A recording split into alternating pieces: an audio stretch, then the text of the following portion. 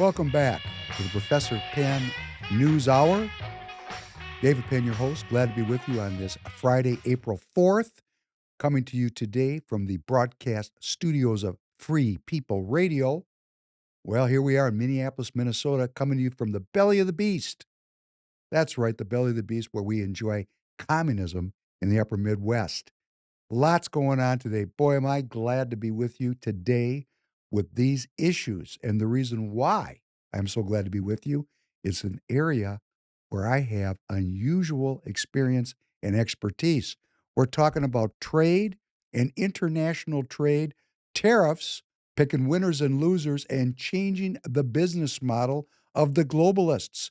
The globalists came together many, many decades ago and figured out that by creating one world economy, they were creating by default a one world government.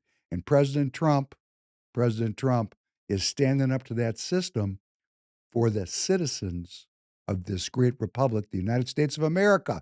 Let's listen to a clip about tariffs.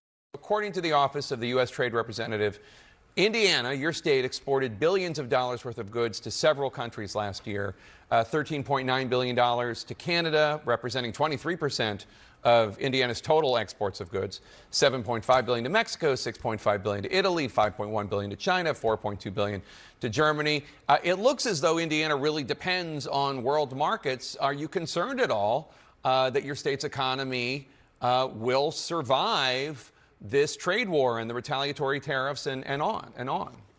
Jake, the decision by President Trump today to impose reciprocal tariffs will be so good for Indiana. We already are the largest manufacturing state per capita in the country, a lot of really good paying manufacturing jobs, and the top steel producing state. In my small hometown in Northeast Indiana, the best jobs are at a local steel mill called Steel Dynamics. My dad retired from a factory that made axles for cars, and those are the manufacturing jobs that President Trump is bringing back from overseas to the United States of America. More made in America cars is good for Indiana's economy, and Hoosiers know it. That is a Senator Jim Banks of the great state of Indiana.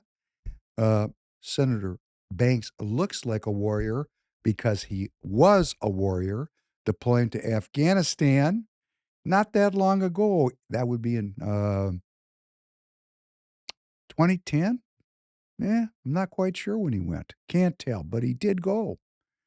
Senator Banks comes from a state that has a mixed economy. It has a very strong ag export economy, but a very well-developed manufacturing economy. Senator Banks is a Republican who supports President Trump. And under the questioning of Jake Tapper, who was trying to break him down, Senator Banks stood up tall in the saddle and said, "This is great for Indiana," because Senator Banks, for whatever reason, sees it.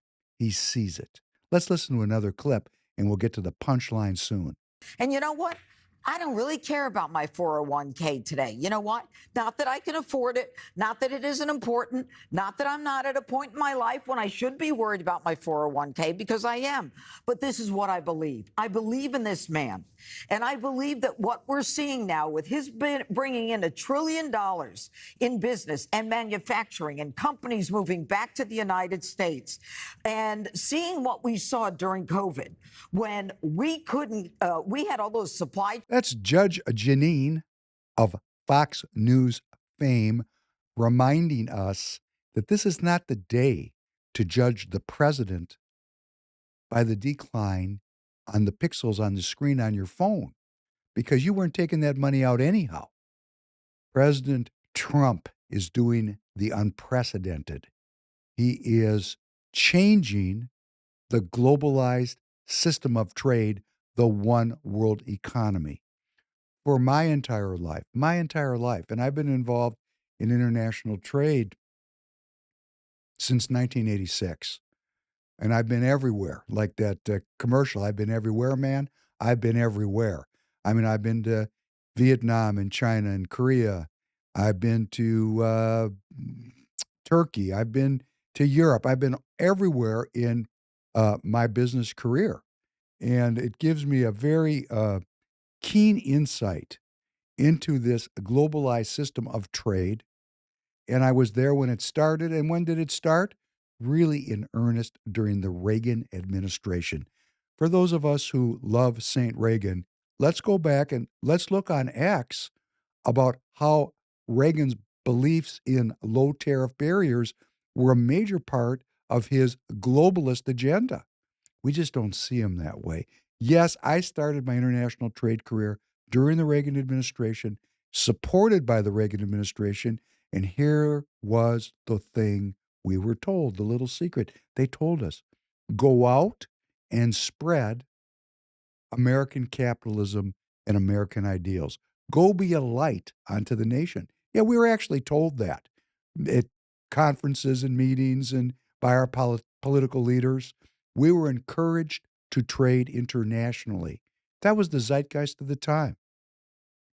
And this very elaborate trading system was created. And the idea of this system, its avowed idea when it started was to let poverty stricken countries come to the trough of the cash by what was called leading edge industrialization. Leading edge industrialization. So one country after another was led into the industrial period by we the people. Japan was first. Those that are my age remember that when we were kids, all the low cost toys came from Japan. Not that many years later, in the 70s, the Koreans got a chance to get in the batter's box, and the investment went to Korea. And Korea established a manufacturing economy and an export mercantilistic economy. We, the people, at that time, it was not that long after World War II, we were so kind and so good and so prosperous that the intent was there to share that prosperity in the belief that shared prosperity enhanced the likelihood of peace. So first it was the Japanese, then it was the Koreans, and then came in about early 90s the Chinese. Well, let me tell you, during this same period, a set of rules were established to govern international trade, and all the trading countries of the world are members of the organization set up to keep things running smoothly. One world economy. That would be called the World Trade Organization, the WTO. And there was a big deal back in the late 90s and early 2000s. Would China become part of the WTO? And yes, they were. That was backed by both Clinton and George Bush. That would be George W. Bush. And China came in, joined the rules based order, and their idea was some rules can be bent and some rules can be broken. And every day that passed after China entered that organization and had most favored trading status here in the United States, every day that passed, because they really weren't following the rules, jobs and factories were exported. Not just the jobs, but the productive capacity left our heartland and went to the heartland of China. And then, in the late 2008, 9, 10, 11, 12, trade actions started against China. And Chinese companies moved out into Southeast Asia. Vietnam, 46%. Thailand, 36%. Cambodia, 49%. Is there a pattern here? And the news that matters is, indeed, there is. President Trump understands that this whole program is set up to drain the wealth out of this country. It's been going on for decades. It's so intense, in fact, that our country is on the verge of failing. We are $37 trillion in debt. We're close to system failure. So all these pundits and talking heads are telling you, they're telling you that the president's actions are capricious, they're arbitrary, makes no sense, it's willy-nilly, there's no plan. Oh, there is a plan. And the plan is to use the tariff money that's about to get collected to help balance the budget of this great country. Oh, you're watching a system collapse. We're living in a system collapse. This is called restructuring. Remember, if you're my age, when Russia had all those problems at the end of the Soviet Union, they called it perestroika. It's the same thing today. President Trump is restructuring the political economy of this country so that we, the people, don't lose our freedom. That's what's going on. Now, people can see it from their street corner. And if your street corner is supporting one world government, one world economy, ultimately ending up in one world digital currency, if that's your mindset, you're losing big time.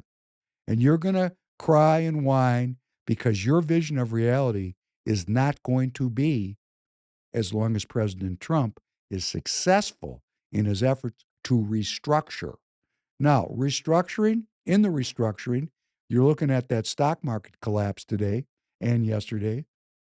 Uh, it's terrible, but it'll come back if you hang in.